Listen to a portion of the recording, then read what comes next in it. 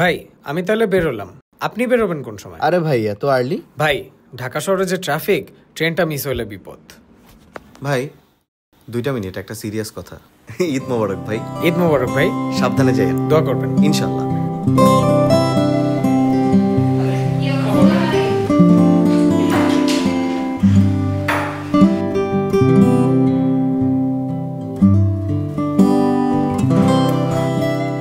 Sir আপনার চা। আরে জামাল ভাই, থ্যাংক ইউ সো মাচ ভাই। বাড়ি যাবেন না স্যার?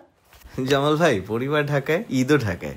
আচ্ছা স্যার, কিছু লাগলে বললেন। জামাল একটু শোনো তো। জি স্যার। আমি একটু পরে বের হব, হ্যাঁ? তুমি সবকিছু চেক করে, ফ্যান সুইচ যা আছে চেক করে গুছায় টুছায় চলে যাও। ঠিক আছে স্যার।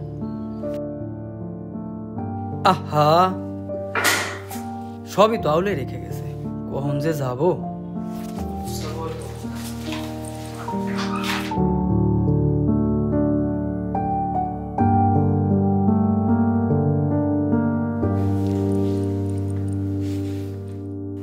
জামাল ভাই। জি স্যার। আপনি বাড়ি যাবেন না? অফিসটাও তো আমার বাড়ি স্যার, এগুলা না গুছাই রাইখা কেমনে যায়? আপনার কিছু লাগবে স্যার? ওহ ভাই, আমার একটু চিনি লাগতো।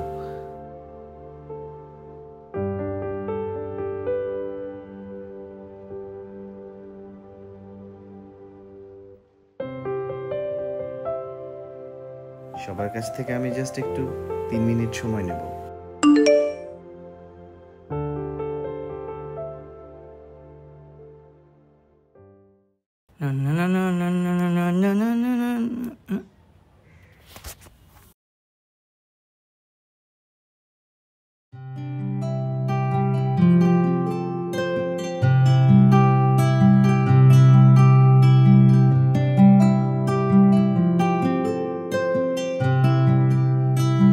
স্যার কি করেন স্যার? আমি করি স্যার, আমারে দেন স্যার।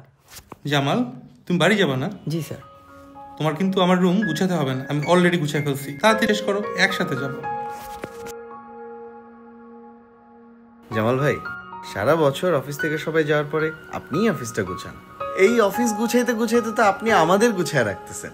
থ্যাংক ইউ জামাল ভাই, সুপার কি থ্যাংক যে ইউ। বলেন স্যার। কি বলি মানে?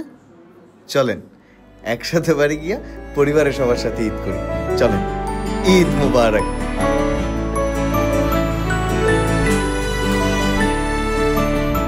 ঈদ শুধু একটি উৎসব নয়, ঈদ আনন্দ ভাগাভাগির একটি উপলক্ষ। যত্ন ও সহানুভূতি দিয়ে সকলকে আপন করে নেয়া, দূরত্বগুলো মুছে ফেলার এক অনন্য সময়। সবাইকে ঈদ মোবারক।